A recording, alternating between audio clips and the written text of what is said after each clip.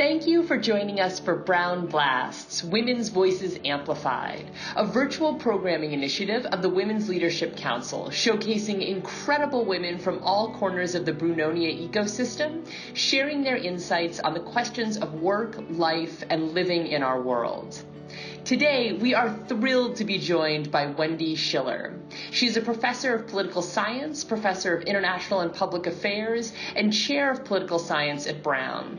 She did her undergraduate work in political science at the University of Chicago, served on the staffs of Senator Daniel Patrick Moynihan and Governor Mario Cuomo, and then earned her PhD from the University of Rochester. After fellowships at the Brookings Institution and Princeton University, she came to Brown in 1994. She teaches popular courses titled The American Presidency, Introduction to the American Political Process, and Congress and Public Policy. She has written and co-authored several books and is a frequent contributor to local and national news outlets.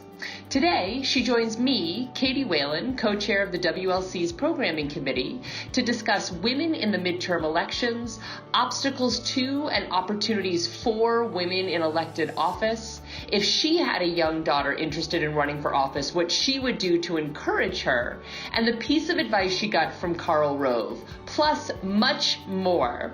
One thing to note, Professor Schiller mentions Congresswoman Sinema's election. This podcast was recorded on Friday, November 9th, before Congresswoman Sinema's election was resolved. As you may know, she has since won her election for the United States Senate. All right, let's jump into the interview. I worked for Senator Moynihan, and I fell in love with the U.S. Senate. So when I went to graduate school for my PhD, I decided I would focus on the U.S. Senate and talk about how senators introduce bills and what legislation they sponsored and why. And then that burgeoned into an article, and then that burgeoned into a different kind of book on how senators from the same state represent their states together in all sorts of ways and how they compete and cooperate. And then it just spiraled from there with books on Congress and books on American politics, and another book on the history of how senators were elected in state legislatures before the 17th Amendment in 1913. So I've always worked on Congress. I haven't worked on women as much, but now I'm working on a project on gender equality and federalism and how state laws can render women unequal to each other across state lines when they're not equally implemented. So that's where I've evolved now in my research. So I want to circle back to what you said when you were first interning in the Senate and then working your way up. How many women were around you? I mean, certainly not a lot as members, but as staffers. No, it's an interesting thing. So I was first an intern in the district office of my congressman when I was a sophomore in college in the summer, and I worked a job, and then I worked as an intern on the days I didn't work as a job. And there was a woman who ran the office, so that was a long time ago in the 1980s. And then when I was an intern in the same office in Washington, the same congressman, there were several women interns, and I worked for a woman legislative director, legislative assistant. So there was women staffers in the office, and I saw some women in the House of Representatives in those days, but not very many, I have to say. And then when I got my job, basically right after college, there were 2 women in the United States Senate. There were 2 Republican women in the United States Senate, Paula Hawkins of Florida and Nancy Landon Castlebaum of Kansas. And that was it. And there wasn't a bathroom off the Senate floor for women. There was, you couldn't wear pants on the Senate floor if you were a woman. You had to wear a dress or a skirt. Men had to wear a jacket and tie. And it is still the case that you have to wear a jacket and tie, but now they've expanded and women can wear pantsuits on the floor of the Senate. But you couldn't, if you, as a staffer or a senator, you couldn't get on the floor if you were not dressed in a dress or a skirt. So things have really improved. I believe, if my numbers are right, we'll have 23 women senators in the Senate next session. We have Marsha Blackburn as a new addition as a woman, and we have Jackie Rosen from Nevada. Marsha Blackburn's a Republican, Jackie Rosen's a Democrat from Nevada. And either way, Arizona will send a woman to the Senate, either McSally or Sinema. And we've lost 2 women, Claire McCaskill and Heidi Heitkamp. So in that sense, there's a net gain, possibly of 1, possibly of 2.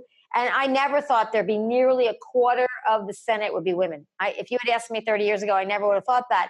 The House is at least 99 women, which is an increase of 14 or 15. It might bust 100. I have to check my numbers today. So that's a huge deal. Those numbers were much, much lower. And so it's been incremental. But what's really cool about it is that the women, it's not just New York and California that are sending women to Congress. It's all over the country. Kansas elected it's a woman governor, a Democrat, to defeat Chris Kobach. And Kansas elected a Native American woman who identifies as gay, to go to Congress. Wisconsin reelected Tammy Baldwin, who went to the Senate, who identifies as gay. I think she also just had a baby. And we have Tammy Duckworth from Illinois. You have people from all over the country. And it's really a phenomenal thing to have governors as women governors. Oregon reelected a woman governor, among other things. Alabama sent a female senator who had been a temporary replacement for Jeff Sessions a long time ago, and now is been reelected. So you're seeing women make gains all over the place, even in state legislatures. 24% of state legislatures are women, but now we're going to see that number rise. A lot more women were elected to the state legislature. So you're really seeing, but you are seeing a partisan split. Apparently, of all the new women going to the House of Representatives, only one is Republican. The rest are all Democrats.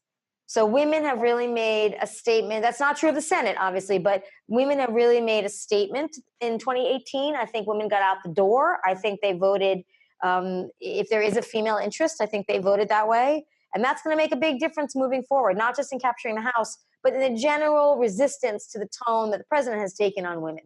So there are about 7 things that I want to unpack there, and I so appreciate you contextualizing that, Professor Schiller. I love how you made it clear it's happening at multiple levels. It's at the state, federal, and municipal level. So some of it is in reaction to Trump, but what else? Like, are there other drivers that compelled so many women to throw their hat in the ring? I mean, I think it was Hillary Clinton's loss, I think, really devastated a lot of women who really wanted to see the first woman president. They wanted to see Hillary Clinton be elected. And I think they decided, for all sorts of reasons, that the only way to change the expectations of voters over time about women is more women running. I think that was a general impetus. I think there was the money to support women candidates, for a very long time. Emily's List has been the big mover of money to women candidates, but that has shifted. And now Democratic or progressive PACs, wealthy donors, because of Citizens United, are now funding women in big numbers. So the source of funding for women has expanded greatly, and it puts them on par with men. That's a new phenomenon that hasn't always been the case. So I think that was really important, having the resources, having the money, having the support, having social media and the internet really for fundraising has changed the game for women who have no prior experience. So the woman, Lucy McGrath, who defeated Karen Handel in the 6th district in Georgia. That was the John Ossoff race last year that was very expensive. Karen Handel was Republican. She defeated her because her son had been shot to death in Florida, and she wanted to be an activist, and she wanted to run. And so she managed to run and raise the money and win that race. So there are a number of different stories like that, people who were just said they'd had enough, and they wanted to run without a lot of prior experience. In other cases, Ayanna Pressley, who was in Boston and Cambridge, Massachusetts, she defeated a guy named Michael Capuano in the primary, but she had been on the Boston City Council for a decade. She was a fairly experienced politician. She knew how to raise some money. She knew how to raise national money, and she took advantage of demographic changes in Cambridge. She thought it was her time, and she had a shot. And then she defeated him, and then she won pretty easily in the general election. So there are lots of different reasons and different types of women who have run this year, but it all amounted to greater victories for women going to the House. For women, so say it's their first time running, so they don't have Ayanna Pressley's experience.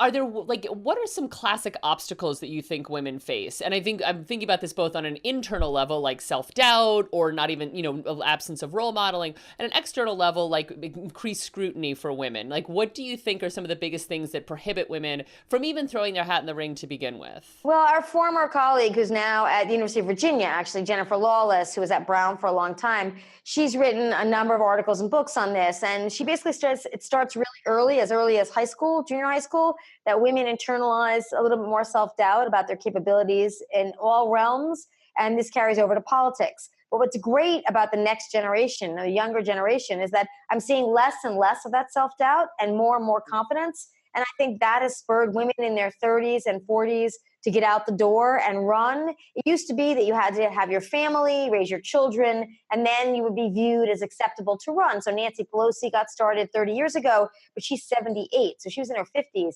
Dianne Feinstein got started in her 50s. So these prominent women, they had to wait. But that's not true anymore. You don't have to wait. You can have children while you're a senator, as Tammy Duckworth and I believe Tammy Baldwin have had. So I think that's what's fantastic, is that the limit of time and the limit of what you did before is no longer really an obstacle to getting to Congress for women. And there's more money available, partially because of social media and partially the internet, but partially Citizens United. And that has bemoaned to put a lot of rich people's money in the game, but it has helped women as well. Interesting. Yeah, because I feel like oftentimes, certainly in some circles, Citizens United is seen as all bad news. And it's true, I hadn't made the connection yet between in terms of opening up resources for women that prior were not available.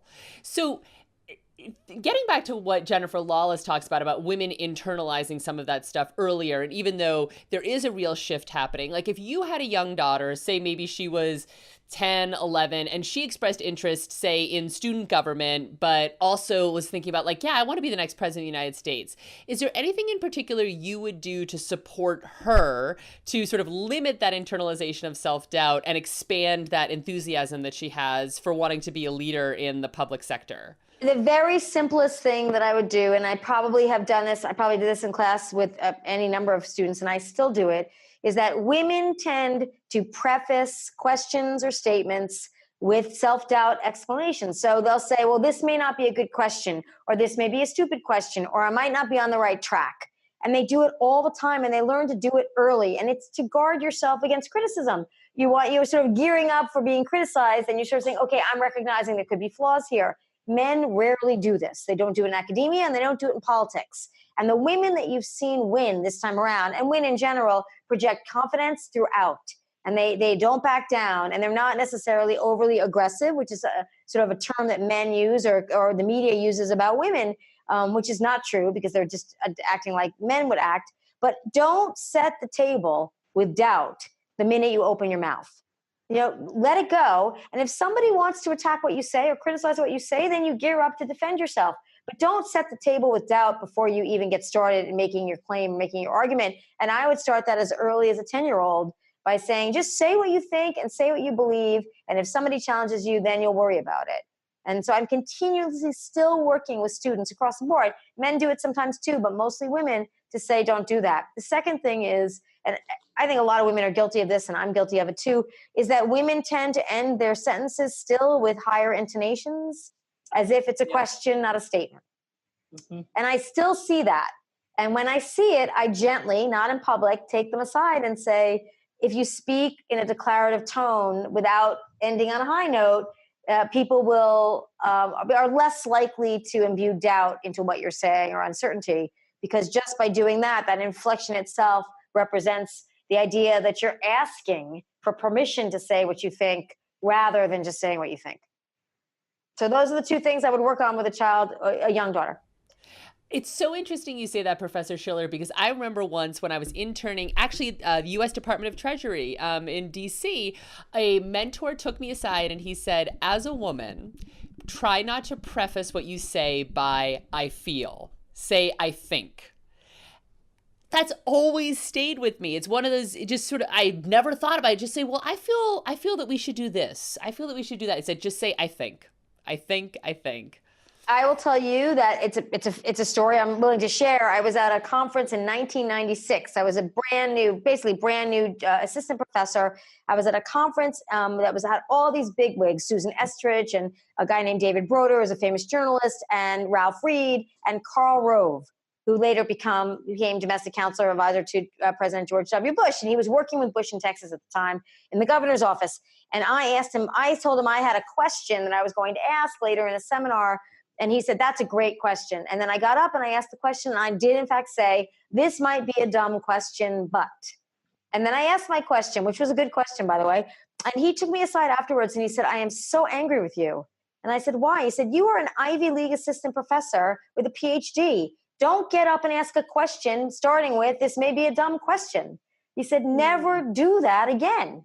And then he said, besides, I already told you it was a great question, so you should have believed me. But I thought, for all you have, assumptions about Karl Rove being a fairly conservative Republican, he was a big, strong advocate at that time of women. And he said, you just can't preface things that way. And exactly what you say. I usually say to people, I believe in writing. I believe. It appears that, rather than I think, or I think is fine, or I feel. You're absolutely right. And women shouldn't have to do this self-regulation of language, but in fact, we do still. Oh yeah, absolutely. Well, so I want to get back to students because I'm curious if this trend of more women running for office and getting elected, if you see that on the university level, like are more women taking your classes, or has there always been? Well, I guess first maybe the better question would be, what is the gender dynamic in your class traditionally, and have you seen a shift since, let's say, 2016 in the number of women that are enrolling? No, I actually have always had a fair number of equal, men and women. So throughout my teaching, the American presidency, Intro to American Politics, Congress, my seminars, I see women and men. So I don't usually have a huge gender difference in my classes. Women are pretty active. They'll speak up. They are not shy. We have an honor seminar this year, and we have plenty of women writing honors theses. So I don't see a lot of profound difference. I do think that in general, Brown students, right before 2018, I asked last spring in my presidency class, and I was like 125 kids, and I said, what are you doing this summer? Who's doing political stuff? And very few people raised their hand. They weren't doing internships. They weren't doing campaigns. They were doing startups, non-governmental organizations, NGOs, community groups. And I said, why are you doing all that? And they said, we feel we can be more effective on the local level in really on the ground, really working with people that we want to help, whether it's the homeless or trying to teach people how to read or criminal justice reform, rather than going to Washington. And that could be because Brown tends to be liberal and the Republicans control the Congress, and Trump is president. But still, I thought it was a big sea change, a big shift in how young people view the efficacy of government. And I sense that young people feel there are lots of ways to make a difference in life, and that it may not be the best path to go into public service. And that was both men and women. One other thing I have seen, that women are more professionalized, I would say, in their thinking at Brown as undergrads than they used to be. In other words, women are really, they come in as fresh people and they say, this is my goal. I want to do this, I want to do this, I want to do this. And I have to build a whole portfolio and career to get where I want to go. More women say that to me now than they used to. And the number of men who say that are pretty much stay the same. So that's another interesting phenomenon of changing times. I do think running for office is one thing, but also they've seen women in prominent positions in business, in media. I think they realize that they can be a boss. And I think that has changed a little bit in the last couple of years at Brown. I remember once reading, maybe it was the professor of Princeton, and this was a little while ago, so I don't think the current professor was very concerned about the absence of female leadership on the undergraduate level. So student government, lit mag, newspaper. It's a big study, right? He did a big study. Yeah. And then so much of it came down to modeling, and that for women, there was an absence of modeling, but also if somebody didn't suggest that you throw your hat in the ring, like if you didn't say, Caitie, why don't you think about going out for student government? It might not even occur to me because all the people that I've known in student government don't look like me. And I wonder if in some ways this professionalization is, they're just, like you said, they're just more models of women leaders and women bosses, both in the, public sector, but also in the corporate space and in the nonprofit space. It feels like there are just more women out there. Exactly. And head of Brown, president of Brown. I mean, we've had 2 women in a row, president of Brown. And Ruth Simmons is very successful. I think President Paxton's very successful. And I think that makes a big difference. I think having Maud Mandel as dean of the college, having a woman dean of the college was really good. But it's interesting that you say that, because one of my former grad students, Caitlin Sidorsky, she now is a professor at Coastal Carolina and South Carolina. She's just finished a book that will be published on exactly this at the state level, why women do appointed office rather than elected office. And it's because they're contacted and recruited more frequently to serve on boards and commissions than to run for office, and that they're not as heavily recruited as men. And Jennifer Lawless finds the same thing. Now, that's partly because men have been in professions that have been typically thought to be good jumping points for Congress or state legislature, like business and like law. And so the more women that are in those professions, I think the more they'll be recruited. But I do think that recruitment is a huge deal. It's a huge deal for equalizing the playing field. And that's what happened this year, too. Multiple women ran for the same congressional seat in primaries against each other. And I think the ability to recruit women to run, especially given the success in 2018, will only get easier at the state legislative level and the congressional level.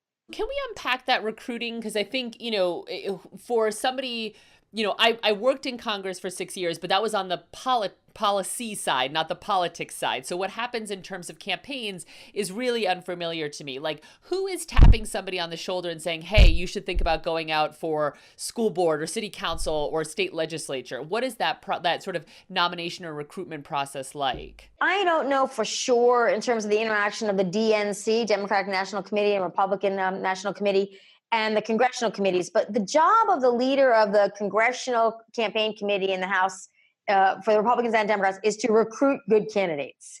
And when you have Nancy Pelosi, a woman who's the minority leader, she's going to go out and say, how many people do we have? What are they looking like? Can they be funded? Can we fund them?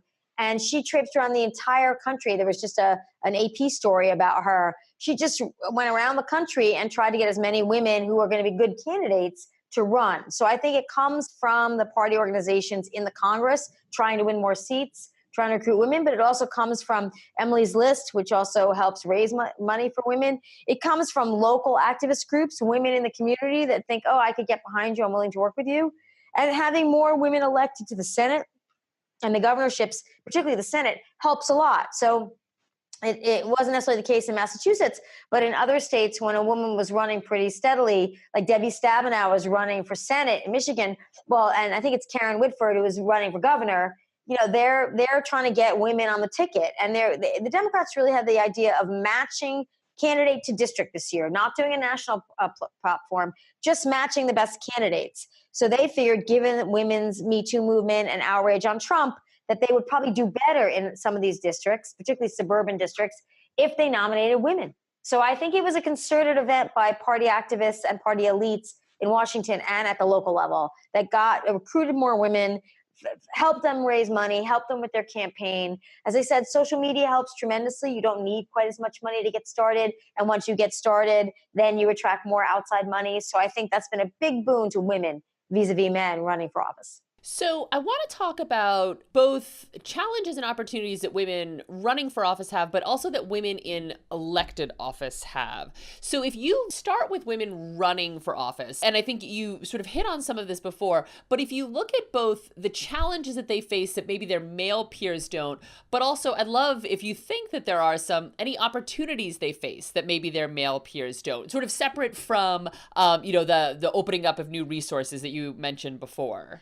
I think every woman who goes to the United States Senate or the United States Congress or state legislatures or governors. We have a governor, Gina Raimondo, who ran in Rhode Island as a treasurer and ran against two men in the Democratic primary and defeated them, and then ran against two men in the general and defeated them. And then this year she was running and she had to campaign incredibly hard. She raised a lot of money, $7 to $8 million, which is a lot for Rhode Island. And she's been campaigning since June, really working hard. And she still faced the obstacle as an incumbent governor of resistance to a woman governor and then resistance from women to her as a woman governor. And what she did over those couple of months was really start to persuade people, men and women, that she was doing right by the state and that she was going to be good at the helm. And she won by 10 percentage points more than she did the first time she ran. She broke 50%, which was a big deal. And she really showed that a woman could run the state. And I think she hasn't gotten everybody on her side, but she really managed to get a lot of people on her side. So that is both a challenge and an opportunity for her. And I think that women just being heard, the same dynamic that has a woman in a room full of men, and the men either don't listen to the woman or don't let her speak, or when she does speak, they then repeat what she says and then claim credit for it as if she never said it. Those things are true on the Hill as well. Those true are in state legislatures, and we've had some incidents in Rhode Island state legislature of sort of harassment and misogyny. And I think it's the same challenge. How do I be heard? How do I get my colleagues, especially my male colleagues, to take me seriously? And how do I jump into the debates? And different senators taking different tracks. So Amy Klobuchar kind of busted out in the Kavanaugh hearings, not by being aggressive with Kavanaugh, but just by being persistent in a quiet, unassuming way, and then having him be not nice to her. And that kind of generated momentum for her, whereas Kamala Harris is a prosecutor, a former attorney general, and she goes after people. So they have different styles, but as you know, Charles Grassley tried to shut Kamala Harris down a couple of times and say, you've said your piece. So women face this environment every day in all walks of life in every way, that they aren't heard and they aren't given space to speak. And I think those challenges are met with just speaking. just continuing to speak and make your point and point out when someone is repeating what you've just said. Which I feel like is just as true on Capitol Hill as it would be in the boardroom or just any meeting where somebody repeats what a woman said, uses slightly different language, and claims credit. Exactly.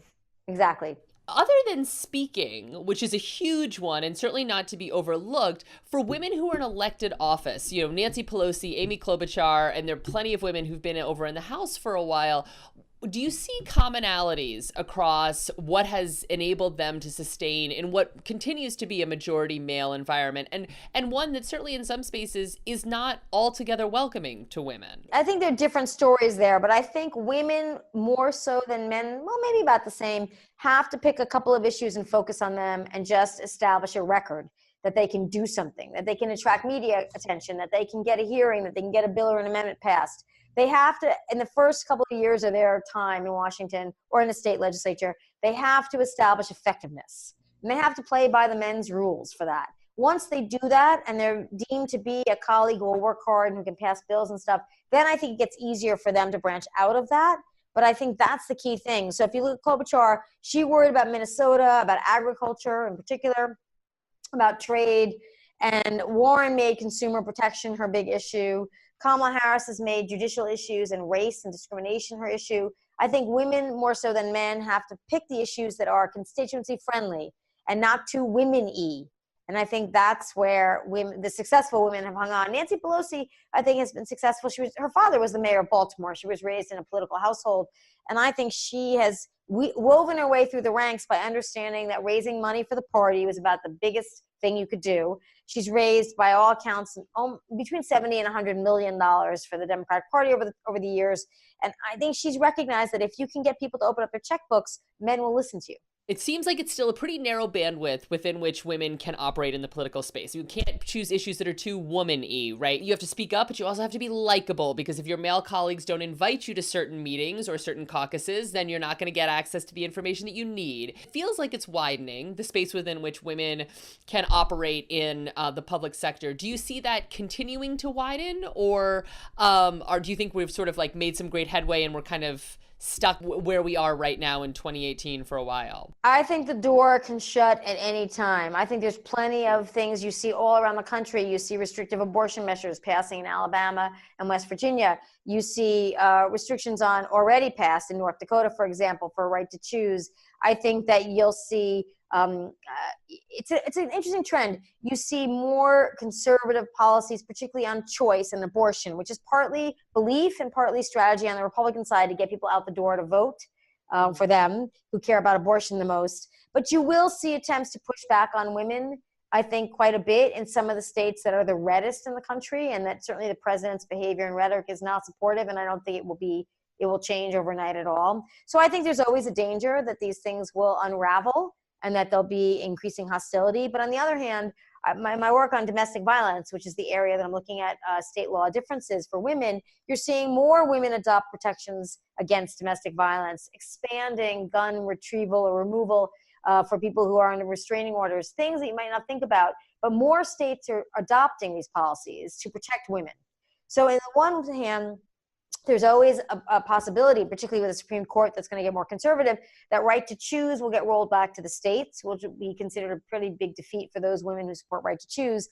But on the other hand, in other dimensions, things like minimum wage, which is really important to single working mothers and working mothers in general, child care initiatives, universal pre-K, which helps women get out of the house sooner to work because their kid is in school all day at a younger age, and domestic violence protections, things in those domains are getting better for more women. So it's a double-edged, it's sort of a two-sided coin here for the advancement of women. You had mentioned Me Too before, and I feel like there's, there we go. Not I feel, I believe. In fact, I have read that there's a line of reasoning from some men that they don't want to be in the same room as women, right? They're just concerned about what could happen. Sort of Mike Pence's, kind of approach that seems to be playing out in a lot of different spaces. And if I think about that, in my time in Capitol Hill, what was very important was your access. And if you don't have access to certain spaces, you don't have access to the information that is shared in those spaces. Have you seen that play out in a way that has negatively and substantially impacted female candidates or elected officials? Well, not yet, but I think that that is just another way of excluding women from the conversation. I think the idea that you would exclude women from, having dinner with the governor of Indiana, Mike Pence is the governor of Indiana, or lunch, you have your own relationship with your spouse, so you figure your trust issues. But nonetheless, that's a way of saying that because you're a woman and I'm a man and I might be attracted to you or I might say the wrong thing to you, you have to be pushed out of the room. My answer was no, you control yourself and figure out how not to say the wrong thing to me or not to act appropriately to me, but don't exclude women from conversation and power because you can't control yourself. I thought it was such a backward approach and a backward statement. And I have real concerns that there are a lot of people, men and women in some ways, that really want the sort of predictability and stability of a world where men were dominant and women were subordinate. They're more comfortable with that. And I think it's going to take a continuous push, just as in movements of color against discrimination. You just have to continually push every single day to make it a world where that doesn't happen. So there was something you said that I just wanted to circle back to, which was, if we elect someone who is a woman to office, that we expect her to represent women. And yet there's a tension there with that, and also women in elected office not doing quote unquote womeny issues, whatever we choose to call those, in whatever box we're gonna label that. It's like almost like kind of impossible circle to square of, okay, so maybe there was a strong female vote for this one particular female candidate. She gets into elected office. There's the hope and expectation that she's going to work for universal pre-K or on domestic violence or gun safety. Maybe, places for women to pump in the workplace, issues that might be seen as traditionally women-y.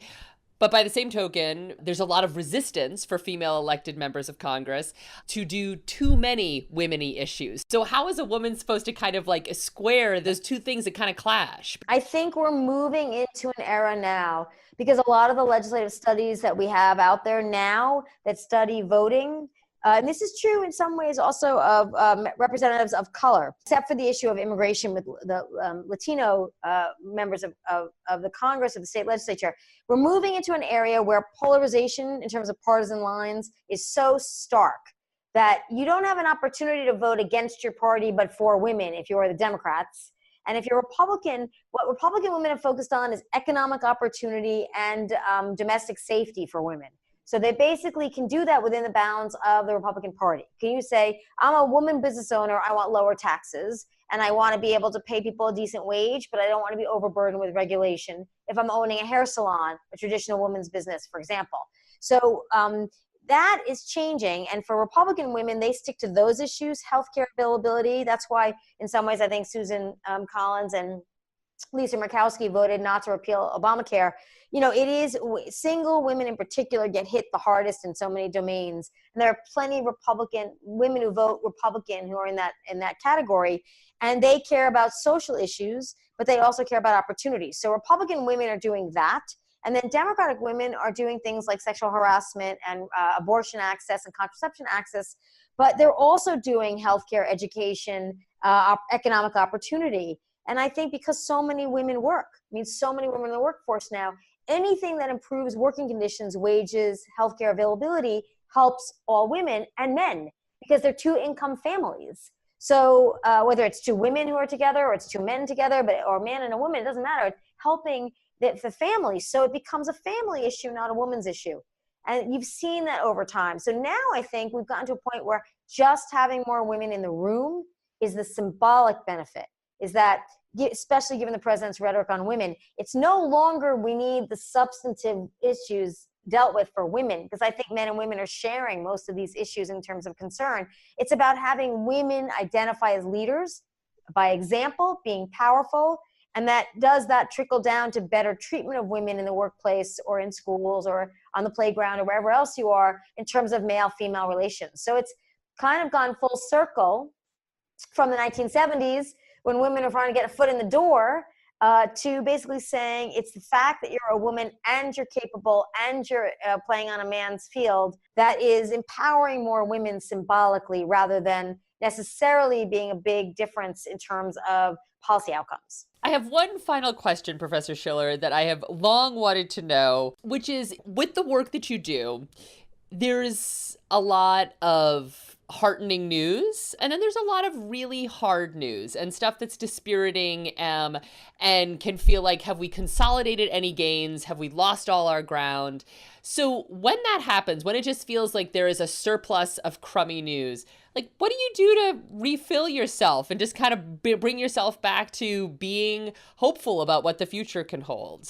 I always try. It's hard, but I've been on the planet long enough now that I have the blessing of experiencing other periods of time in our nation's history where things have looked pretty dark. And the rhetoric has been disempowering, and maybe the politicians who've gotten elected haven't been my favorite choices, and bad, terrible things happen.